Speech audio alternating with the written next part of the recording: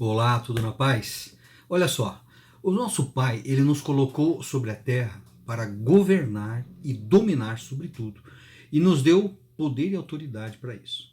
O homem, ele havia perdido essa posição com a queda de Adão e Eva, mas aí veio Jesus e nos restabeleceu o reino e nos resgatou, restabelecendo aí a nossa condição e a nossa posição de filhos, como no princípio. Só que desde que o homem caiu até a vinda de Jesus para nos resgatar, a terra ficou sob o domínio de Satanás e seus demônios. E durante todo esse tempo em que o homem ficou afastado de Deus, a sua mente foi corrompida. E a humanidade sofre até hoje as consequências de uma mentalidade órfã. Então, muita gente hoje, mesmo sendo cristão, fica confuso em alguns momentos da sua vida e não sabe exatamente o que fazer ou como agir em determinados momentos, especialmente nos momentos de luta, de confronto com o poder do maligno. Jesus nos garantiu a vitória, mas nos alertou que teríamos tribulações. Nosso Pai, Jesus e o Espírito Santo estão em nós. E isso nos oferece poder em toda a sua plenitude. Mas isso não significa que não teremos que lutar. Não significa que não haverá batalha.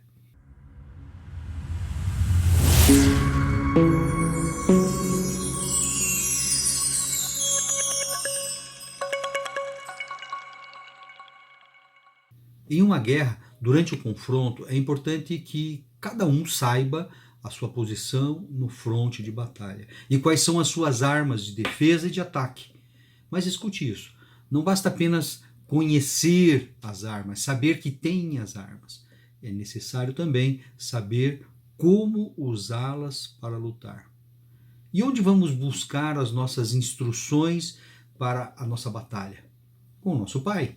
Ele já nos deu instruções na sua palavra. Finalmente, fortaleçam-se no Senhor e no seu forte poder. Vistam toda a armadura de Deus para poderem ficar firmes contra as ciladas do diabo. Pois a nossa luta, ela não é contra pessoas, mas contra os poderes e autoridades, contra os dominadores deste mundo de trevas, contra as forças espirituais do mal nas regiões celestiais.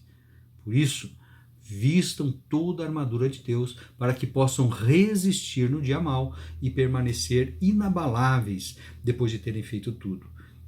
Assim, mantenham-se firmes, cingindo-se com o cinto da verdade, vestindo a couraça da justiça e tendo os pés calçados com a prontidão do evangelho da paz.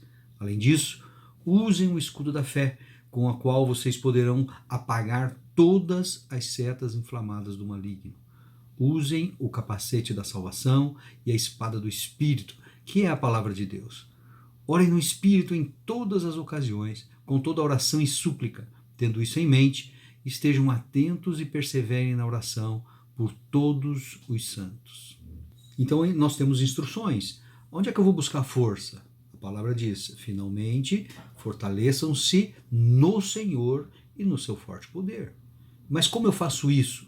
Vistam toda a armadura de Deus para poderem ficar firmes contra as ciladas do diabo, porque haverá um dia mau.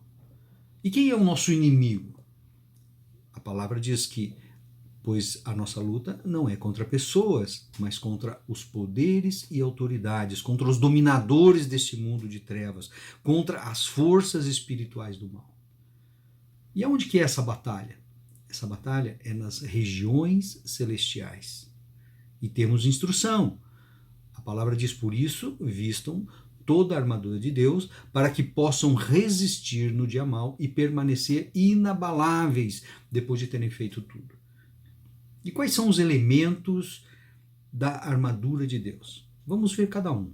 O cinturão da verdade, a couraça da justiça, o calçado da paz, o escudo da fé, o capacete da salvação e a espada do Espírito. Primeiro, o cinturão da verdade. O diabo, ele é o pai da mentira. Todos nós sabemos disso. E em tudo que ele faz, não há nenhuma verdade. Então, na época que esse texto foi escrito, a armadura de um soldado, ela seria mais ou menos isso que você está vendo aí. O cinturão ele servia para proteger dos golpes abaixo da cintura. E um golpe certeiro nessa região poderia tirar o fôlego do soldado e ele estaria fora de combate e seria facilmente dominado. O nosso inimigo, ele é mestre em golpes baixos. Precisamos estar atentos às suas mentiras e enganos. E ele pode avançar sobre nós, rungindo muito alto, fazendo muito barulho e usando todo tipo de estratégias para nos intimidar e convencer de que ele é mais forte do que nós. Quando ele nos faz acreditar em suas mentiras, aí ele ganha vantagem. Jesus Cristo é a manifestação da verdade absoluta. Respondeu Jesus: eu sou o caminho, a verdade e a vida. Ninguém vem ao Pai a não ser por mim. Aquele que é a palavra tornou-se carne e viveu entre nós. Vimos a sua glória, glória como do unigênito vindo do Pai, cheio de graça e de verdade. Jesus é a verdade. A palavra de Deus é viva e é a verdade. E em nós está o Espírito da verdade. Nós, porém, não recebemos o Espírito do mundo, mas o Espírito procedente de Deus, para que entendamos as coisas que Deus tem nos dado gratuitamente. Delas também falamos, não com palavras ensinadas pela sabedoria humana, mas com palavras ensinadas pelo Espírito, interpretando verdades espirituais para os que são espirituais. Quem não tem o Espírito não aceita as coisas que vêm do Espírito de Deus, pois lhes são loucura, e não é capaz de entendê-las, porque elas são discernidas espiritualmente. Meu querido, não tenha medo, vergonha ou se sinta intimidado em declarar a palavra da verdade diante das mentiras de Satanás. A verdade estará te protegendo contra as ciladas dele. Agora, se você esconde alguma mentira na sua vida, saiba que ele pode e vai usar isso contra você.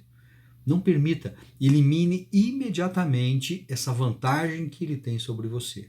Procure apresentar-se a Deus aprovado, como um obreiro que não tem do que se vergonhar, que maneja corretamente a palavra da verdade.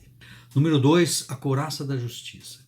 Na armadura de um soldado, a couraça ela tinha a função de proteger o peito, diversos órgãos, mas nós podemos dizer que um golpe certeiro no coração seria inevitavelmente fatal. E o nosso adversário sabe o quanto o coração do homem é vulnerável. O coração fala de sentimentos. E ele tem a coragem de atacar o seu coração, mesmo quando você está tentando falar com Deus. Ou você nunca se sentiu acusado ou oprimido, mesmo quando buscava orar. Ele vai fazer de tudo para colocar em seu coração o sentimento de isolamento, de fraqueza, de incapacidade, de não merecimento, de medo, de desamor. O nosso adversário é injusto. E onde está a justiça, então, Valdemar?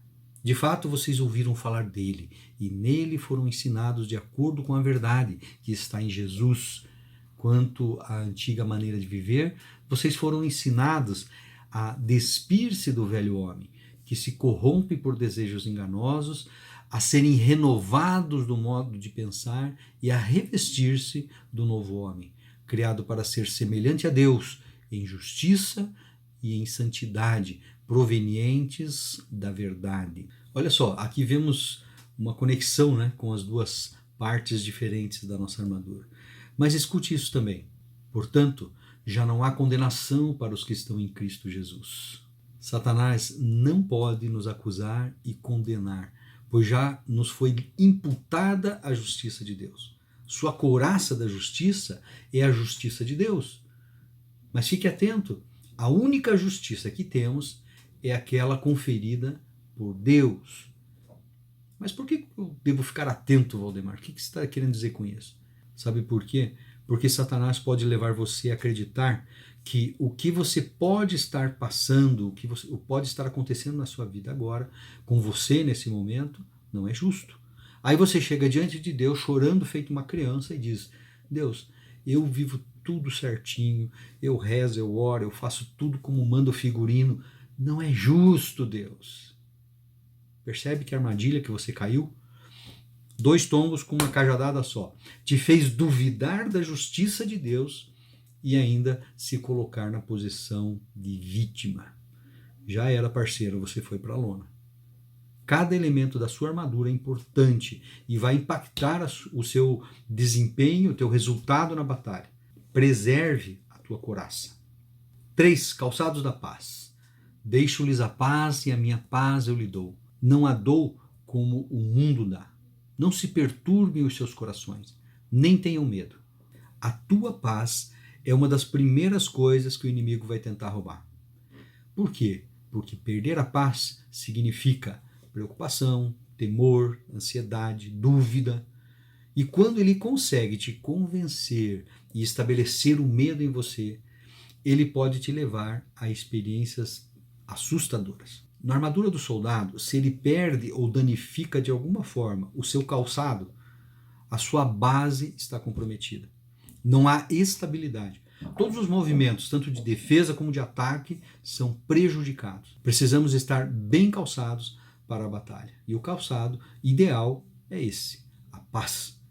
Tendo sido, pois, justificados pela fé, temos paz com Deus, por nosso Senhor Jesus Cristo. A paz de Deus nos traz estabilidade emocional. Ela é necessária para a resistência em tempos de guerra. Não andem ansiosos por coisa alguma, mas em tudo pela oração e súplicas e com a ação de graças, apresentem os seus pedidos a Deus. E a paz de Deus, que excede todo o entendimento, guardará os seus corações e as suas mentes em Cristo Jesus. A paz de Deus, ela nos dá um alívio. É como ficar um tempo no sol, um tempo longo, assim, escaldante, naquele sol escaldante, e sentir o calor queimando, a pele torrando. E então você entrar na água e poder sentir aquele alívio, aquele frescor. Esse versículo fala que é mediante a oração que andamos com o calçado da paz. Mas agora, em Cristo Jesus, vocês que antes andavam longe foram aproximados mediante o sangue de Cristo, pois ele é a nossa paz. Número 4, o escudo da fé. Na armadura do soldado, o escudo é certamente uma importante arma de defesa. A grande maioria dos golpes que o inimigo aplica, eles são defendidos ou neutralizados pelo escudo. E é importante observarmos que a palavra nos assegura que o escudo da fé nos protege de todas as setas inflamadas do maligno. Não é de uma ou de duas, mas de todas as setas do maligno. Mas deixa eu imaginar um quadro aqui. Você tem fé. Então o escudo está sendo empunhado com coragem, com ousadia. Daí o diabo começa a disparar 1, 2, 3 vezes contra você e vai aumentando. 10, 50, 100 vezes. Um dia, uma semana, um mês, 2, um ano. Como você estaria se sentindo? Com a mesma fé do primeiro dia, da primeira seta? Eu penso que aqui o segredo está em você, aonde você foca. Se você focar na quantidade e força dos golpes que você está recebendo, o seu desempenho na batalha vai ser 1. Mas se você foca no poder e qualidade da proteção que você desfruta, o seu desempenho será outro. Durante uma batalha, foque na sua força e não na força do inimigo. Nisso vocês exultam, ainda que agora, por um pouco de tempo, devam ser entristecidos por todo tipo de provação. Assim acontece para que fique comprovado que a fé que vocês têm é muito mais valiosa do que ouro que perece, mesmo que refinado pelo fogo. É genuína e resultará em louvor, glória e honra quando Jesus Cristo for revelado. Creio que aqui tem mais uma chave. Olha só, quanto mais você crê, menos você vai lutar. Quanto mais você crê que Deus se move a seu favor, menor será o seu temor. Ok? Número 5, o capacete da salvação. O capacete ele é tão importante que ele é utilizado em diversas situações, onde possa haver qualquer risco, né, da cabeça ser atingida. Seja ele no lazer, no esporte, no trabalho. E na armadura de um soldado não é diferente. Mas o capacete que mencionamos aqui, nessa armadura, ele se refere à proteção da mente, O que receio e quero evitar é que, assim como a serpente enganou Eva com astúcia, a mente de vocês seja corrompida e se desvie da sua sincera e pura devoção a Cristo. Não caia na armadilha de achar que você é mais esperto que o diabo. Ele tem alguns anos de experiência a mais do que você e um poder de persuasão incrível. Não seja ingênuo. Ele te estuda, ele te observa. E quando ele estiver com a sua ficha completa, um scanner de você, ele vai elaborar os seus planos e ele sabe que nem precisa implantar um pensamento dele completamente em você. Mas se ele implantar uma dúvida sobre um pensamento seu, já pode ser suficiente. Lembre-se que a sua mente um dia esteve totalmente sob o controle dele. Anteriormente, todos nós também vivíamos entre eles, satisfazendo as vontades da nossa carne, seguindo seus desejos e pensamentos.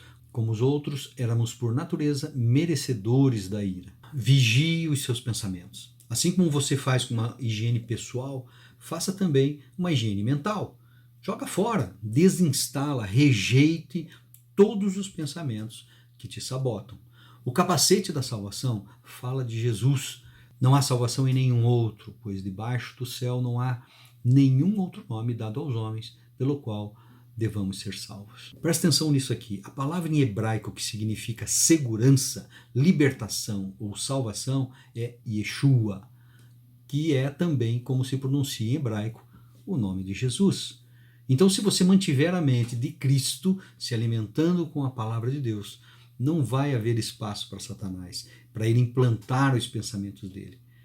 Memorize passagens pequenas a princípio e depois você pode ir ampliando isso para passagens maiores, e é um excelente exercício para te fortalecer para os momentos de batalha. 6. A espada do Espírito. E aqui a coisa pega para o lado do nosso adversário, porque até então nós estávamos falando praticamente de armas de defesa, mas na armadura do soldado, a espada ela é usada também para se defender, mas principalmente para atacar, pois a palavra de Deus é viva e eficaz, e mais afiada que qualquer espada de dois gumes.